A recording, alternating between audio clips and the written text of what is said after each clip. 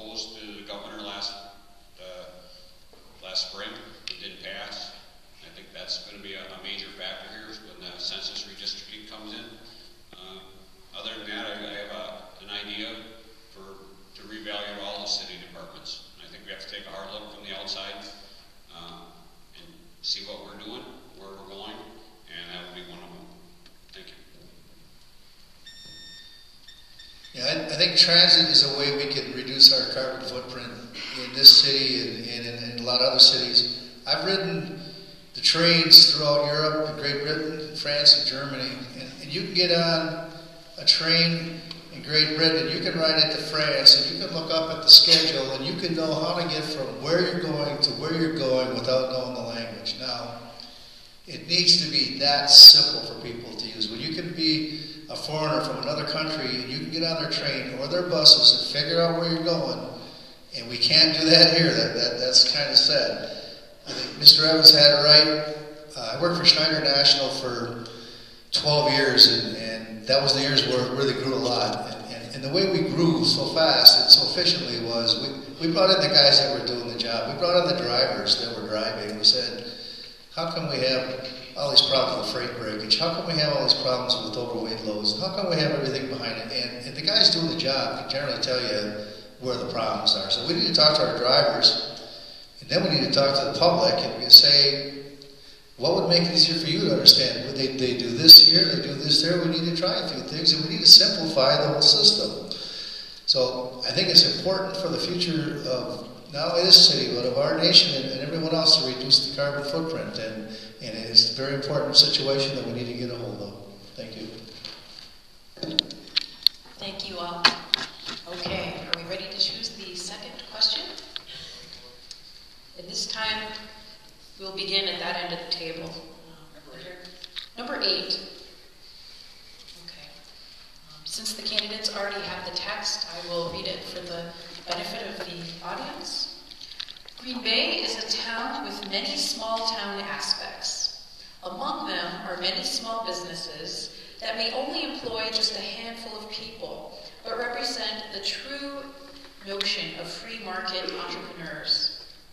Many of these smallest of businesses have felt the hurt the worst in this economy, and many unique businesses that contribute to the culture of Green Bay have fallen by the wayside for large corporate franchises with outside ownership. As mayor, how would you support and promote the local economy and inspire those who dream to have their own businesses in the city? This is a pretty simple one and pretty dear to my heart. You know, when you read in the newspaper, a business like Al's Hamburgers has been down there, downtown, since this city has started. And when you hear about the local traffic enforcement and the local traffic people coming down, issue tickets at 4 in the morning, they do nothing but give a business like that grief. I go, that's such a simple problem. We should be able to sit down and solve the situation where there's parking for everyone down there. We don't need to be jerks about it. You know, you walk into the inspection department and they look at you and they think, how can I mess you up? They're not there to help you at all. You know, you look into the county, go to the county clerk's office, and there's a form there that says, how do we service you today? How do we take care of you today? Are you satisfied with what's going on? If we took that from the county and we put that in the city, I guarantee you there'd be a lot of heads rolling, because a simple thing like trying to expand the parking lot. A friend of mine owns a bar on the edge of town, and it took him 1.5 years to decide how much green is how much green. It's like, excuse me, we need to help. They need to start helping us, not hurting us. So a place like the Tundra Lodge wants to expand their parking lot. They've got to go through. They're a bigger business, but they've got a place for kids. They've got a place for people to come enjoy the game. And to create more parking, they stick a poker in their eye and make them jump through hoops and barrels, and they make them hire attorneys. It's to the point of being ridiculous. So we need to start working with the local businesses and try to create an environment where we all can work together instead of being an adversarial relationship. Thank you. Okay, the city can and has to do things to instill confidence in local investors, but we can't continually be a major factor in every development. thing on my agenda is to invest locally. And we need to do that as a city. We need to create some type of system during our bidding process that gives local companies an advantage. And if the local company can provide the same service that the city needs, and they're within a certain percentage that we'd have to determine, then I think we should give it to the city contract. We buy squad cars. When I was in the police department, we buy them from car dealership in Madison. Why can't we buy locally? We want people to live here. We want people to do business here, but the city goes out of their way, it seems, sometimes to go outside the city for contracts. With small startup businesses, we have TIF districts, but a lot of these smaller businesses aren't in a TIF district. I think what we'd have to do is explore having those type of situations where we can do that outside of the TIF district for new startup businesses, which really give people an advantage, especially during that startup period. One thing we got to do is when you come into Green Bay and you come into our offices and you tell us that you want to start a small business, first thing we got to do is ask you, what are your needs? What can we do to help you?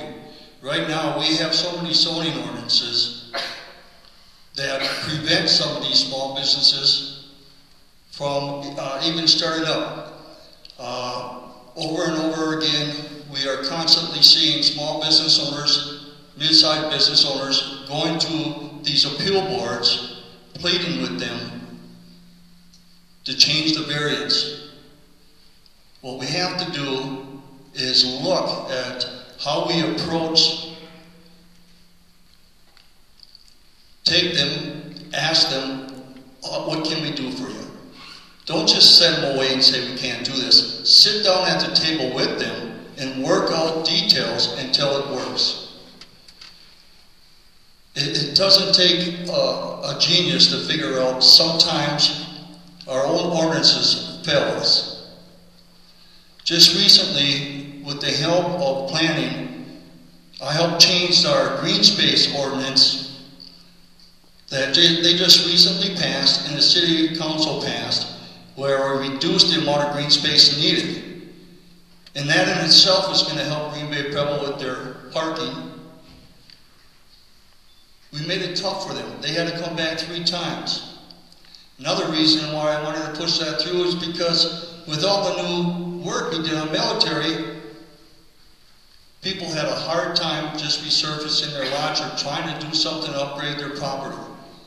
We have to relook at what we're doing, and we have to look at our ordinances. We have to sit down with them and say, listen, here's what you can do. Can you make it work? What else do you need? Just don't throw them away and say you can't do it. And that is happening over and over again. We seem to take their business plan, we look at it, and we say, no, you can't do it. We don't sit down with them and say, listen, if we do this or if you change that, it'll work. And as mayor, I can tell you, we will be making changes. People will know when you come to Green Bay, you can sit down and they'll work with you, honestly. Okay, the question part of it is, what would we do to inspire those who dream about having a small business? My thinking is that we explore that dream with them.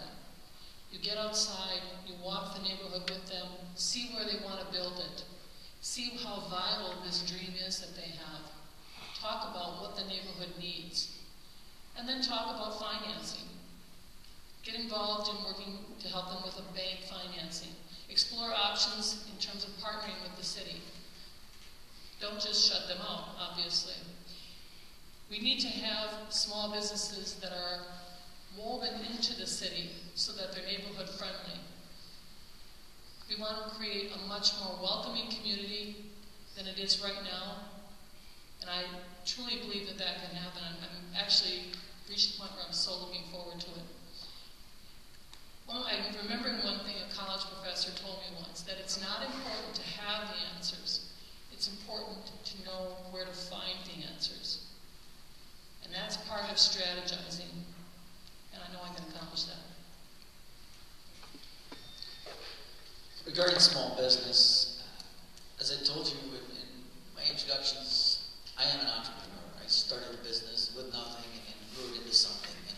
Government can do two things. They can get in your way with some problems, or they can be of help. And we, as long as I've been mayor, we try to make it easier to get your business going. When you come in for a zoning request, that used to be 6 to 8 weeks. Now you can get that done in 4 weeks, which time is money for businesses. What we've done is we can, on the side of help, I increased the revolving loan program. We put more money into that. And there are some businesses that need a small, low interest loan to help them after they got the bank and their own money, and for me, my father-in-law's money, which I couldn't wait to pay that back. But once the city can help, and we've given loans to Carvana, we've given loans to the Pulse Communications, and help businesses out. Their site review, when they come in and they need their plans approved, it used to be this department, that department, this department. We consolidated it now. On Wednesdays, you come in, you have your plan in there, all the departments get together and look at it. So, helping them with the time can get their business going. The other thing is that we've done in the city of Green Bay that I'm really proud of, we put together that whole Entrepreneurs Connection. Green Bay was selected as the best place, mid-sized city, to start or expand a business. But think about that. A mid-sized city, 100,000 people in Pensacola, Florida, and some other communities, they didn't pick Green Bay because of the weather. They picked it because it's an easy place and a good place to do business. So we hold this Entrepreneurs Connection. We get speakers up, and that was something that I initiated. Businesses come and learn how they can expedite their business and work with realtors and work with the city. The other thing that we did is we put together the SBA event down at the Holiday Inn. We brought in small businesses from the city of Green Bay and taught them how to do business with the government. We put on a seminar, mayor's seminar on how to do business with state, local, and federal government. That program was so successful that the federal government, the SBA, took that nationally. So we do things for small business. Small business is the backbone of this country and the backbone of this city. And I think they do feel welcome here. They're talking to a mayor who's walked in their shoes. Donna and I sat at the table, and we didn't have any money. I had to do the payroll. I get that. And we want to make them feel welcome. We either want to get out of their way with problems or help them in a small way with a small loan so that they can be successful and grow to a successful big business here in the city of Green Bay.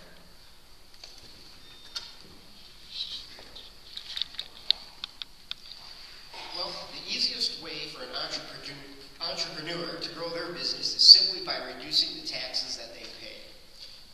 Obviously, you want to start providing quality city services and not continue to pile on the service fees that we've seen take place here in Green Bay. And certainly having a planning and inspection department that will take a proactive approach to working with them. Green Bay certainly has a share of strip malls and big box stores. People shop online, and unfortunately they go to Ashwaubenon. But small business is the backbone of the economy and needs to be nurtured. Broadway is a great niche. Military Avenue will come back again as well. But we need destination-type businesses to bring people back. We need structure. For example, my plan for downtown defines the areas of business, residential, and entertainment. The current hodgepodge just doesn't work, and we've seen that. Additionally, let us revitalize the buildings with architectural significance, like the C.A. Gross building. Instead of using $5 million with the planned $7 million additional of TIF money to come on a boardwalk, we should be using those tax dollars to increase the business environment of Green Bay. My administration will create a Green Bay match program. What this does, for example, a business can invest or come up with $30,000 of cash in its facilities, and we'll match that with TIF money. TIF is designed to be used to increase business and employment. Instead of, it's not supposed to be used on a boardwalk that does not produce any tax money or pay for itself. I'm for improving the waterfront, but the current administration, should have spent maybe about $500,000 on the boardwalk instead of importing, wood from Brazil at $7 a linear foot.